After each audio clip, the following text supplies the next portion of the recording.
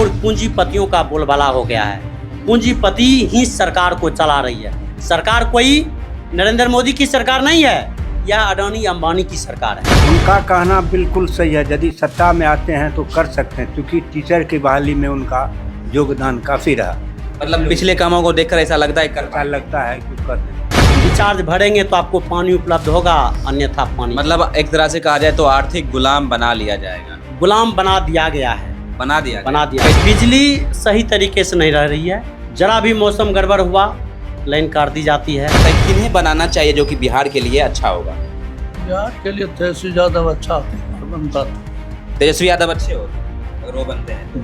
बहुत पहले से 2 महीना 3 महीना 6 महीना पहले वहाँ काफ़ी धांधली हो रही है, और धांधली ऐसा है जिसके विरोध में स्मार्ट मीटर को उखाड़ करके सड़कों पर फेंक दिया गया है और आग लगा दी गई है।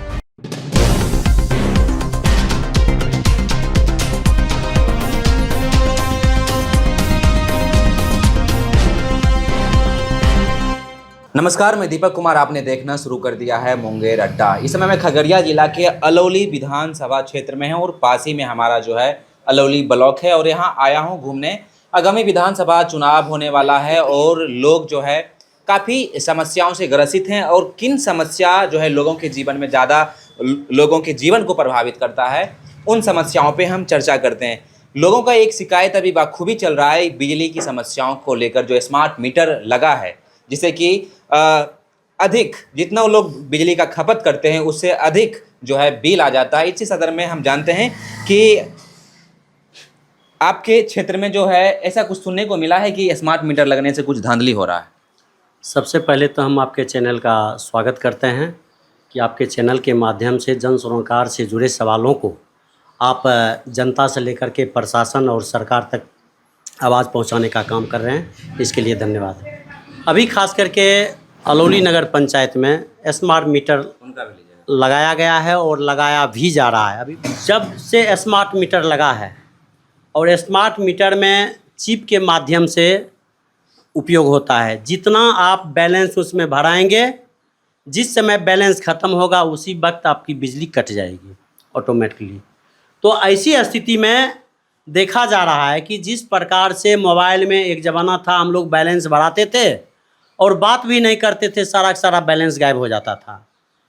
वही स्थिति कई लोगों ने कहा है, हम देखे भी हैं कई जगहों में, पटना में देखे हैं और खगड़िया प्रखंड में भी देखे हैं कि वहाँ कहा जा रहा है कि हमने तो 2-3 दिन पहले ही तो रिचार्ज किया था और आज हमारा ख़त्म कैसे हो गया।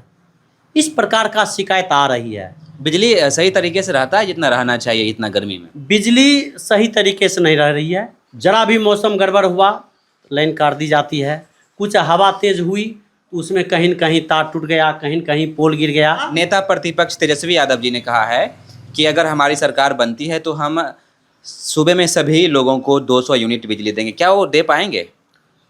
जहाँ तक सवाल है प्रतिपक्ष नेता का, तो कहीं न कहीं जब सत्ता परिवर्तन होती है तो व्यवस्था परिवर्तन भी होती है। तो व्यवस्था परिवर्तन यदि होती है तो निश्चित तौर पर उम्मीद किया जा सकता है कि वर्तमान सरकार के बजाय आने वाली सरकार, कोई भी सरकार हो, हम सिर्फ राजद की बात नहीं कर रहे हैं, हो सकता है कि आने वाली सरकार जनसुराज की होगी। तो जनसुराज का 5 संकल्पों में एक संकल्प है कि हम 200 यूनिट प्रति माह फ्री। अच्छा, जनसुराज भी वादा किया है? जनसुराज वादा किया है। आपको लगता है तेजस्वी यादव जी जो वादा किए हैं सूबे में सभी लोगों से 200 यूनिट बिजली देंगे, दे पाएंगे? उनका कहना बिल्कुल सही है। यदि सत्ता में आते हैं तो कर सकते हैं, क्योंकि टीचर की बहाली में उनका योगदान काफ़ी रहा। मतलब पिछले कामों को देखकर ऐसा लगता है लगता है कि वो कर देंगे। अच्छा, और भी कुछ लोग हैं। आपको क्या लगता है कि अगर तेजस्वी यादव जी सत्ता में आते हैं तो क्या क्या परिवर्तन लाएंगे? जो बिजली का व्यवस्था तो एक छोटा व्यवस्था है, तो पहले बिजली से ही शुरू करते हैं। क्या वो बिजली जो 200 यूनिट बिजली है वो मुफ्त में दे पाएंगे? जरूर दे पाएंगे, देंगे। उनका लक्ष्य है। अच्छा, उनके ऐसा कौन सा काम है जिससे कि आप प्रभावित हुए हैं? शिक्षक नियुक्ति मतलब जो पिछले 17 महीनों में उन्होंने जो काम किया उससे आप जो है ग्रामीण क्षेत्रों के लोग जो हैं प्रभावित हैं। अच्छा, इस बार क्या आपको लगता है कि सत्ता में एनडीए की सरकार आएगी या फिर राजद की आएगी या फिर जनस्वराज की आएगी? अभी कैसे कह सकते हैं? अंदाज से आपको क्या लगता है किन्हें बनाना चाहिए जो कि बिहार के लिए अच्छा होगा? बिहार के लिए तेजस्वी यादव अच्छा होते बनता तो। तेजस्वी यादव अच्छे होते अगर वो बनते हैं तो। कभी पटना की धरती पर और फिर जिस राज्य में जिस जिला में स्मार्ट मीटर लगाया गया है, बहुत पहले से 2 महीना 3 महीना 6 महीना पहले वहाँ काफ़ी धांधली हो रही है। और धांधली ऐसा है जिसके विरोध में स्मार्ट मीटर को उखाड़ करके सड़कों पर फेंक दिया गया है और आग लगा दी गई है। और इसका विरोध स्पष्ट है कि बिजली विभाग को केंद्र की सरकार ने निजीकरण के हाथों कर दिया और अडानी के हाथों बेच दिया गया है। तो स्वाभाविक है अडानी अधिक से अधिक इनकम बढ़ाने के लिए मनमाने तरीके से जिस प्रकार से मोबाइल में वह नेट ख़त्म करता है और रिचार्ज ख़त्म करता है, उसी प्रकार से बिजली में भी ये ख़त्म किया जा रहा है।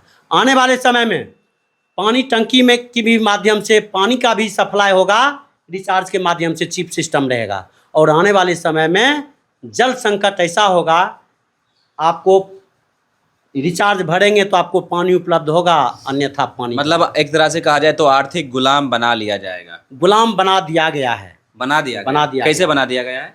अभी आप देख रहे हैं कि एक समय था जब समाज सबसे ऊपर हुआ करता था, उसके बाद न्यायालय हुआ करती थी, उसके बाद सरकार हुआ करता था, उसके बाद प्रशासन हुआ करता था, उसके बाद बाज़ार हुआ करता था।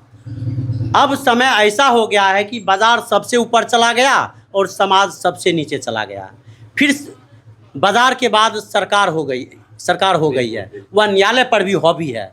तो इस प्रकार से हम कह सकते हैं कि बाज़ारवाद के बढ़ जाने के कारण आर्थिक गुलामी की जंजीर में हम लोग जकड़ चुके हैं। आप देख रहे हैं कि किस प्रकार से महंगाई चरम पर पहुंच चुकी है और पूंजीपतियों का बोलबाला हो गया है। पूंजीपति ही सरकार को चला रही है। सरकार कोई नरेंद्र मोदी की सरकार नहीं है, यह अडानी अंबानी की सरकार है। और जिस प्रकार से अभी विभिन्न विभागों में संविदा, ठेकेदारी, निजीकरण पर आधारित नौकरी दी जा रही है, उसी प्रकार से यह सरकार भी संविदा आधारित है, पूंजीवादियों की संविदा आधारित है।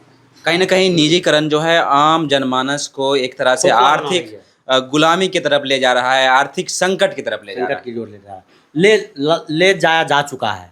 और वहीं अभी खास करके हम खगड़िया की धरती पर, अलौली की धरती पर और बिहार की धरती पर जो बिहार सरकार के द्वारा सर्वे करने की बात किया जा रहा है, ज़मीन सर्वे। और ज़मीन सर्वे में हालात यह है, सरकार तर्क दे रही है कि ज़मीनी विवाद ज़मीनी सर्वे से ख़त्म होगा, लेकिन हमारा कहना है कि ये ज़मीन सर्वे से ज़मीन विवाद और गहरा होगा और बढ़ेगा। उसका कारण यह है कि सरपंचों को जिम्मेवारी दी गई थी वंशावली बनाने का, और अभी क्या किया जा रहा है इस ज़मीन सर्वे में, वंशावली आम जनता खुद अपने सादा कागज़ पर लिखेंगे, अपने से सर्टिफाई करेंगे, वह टेबल बना करके देंगे।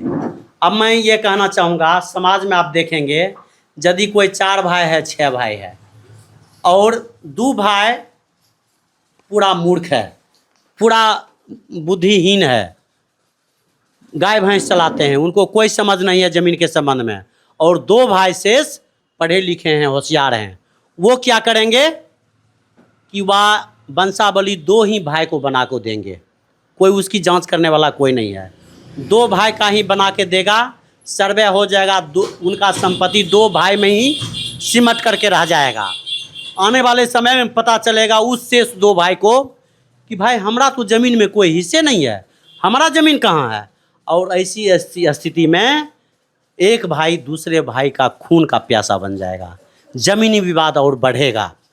सरकार इस ज़मीन सर्वे के माध्यम से नहीं चाहती है ज़मीन का सही सर्वे हो, सही उसका समस्या का निराकरण हो। यहाँ बिचौलिया जो प्रशासन है, जो खास करके सीओ हैं, उसका जो कर्मचारी हैं, यह लोग नहीं चाह रहा है सही अर्थों में कि ज़मीन की समस्या समाधान हो। इसीलिए इस प्रकार से नौटंकी किया जा रहा है और ज़मीन सर्वे के नाम पर अभी 2000-5000 रुपया वसूला जा रहा है किसानों से।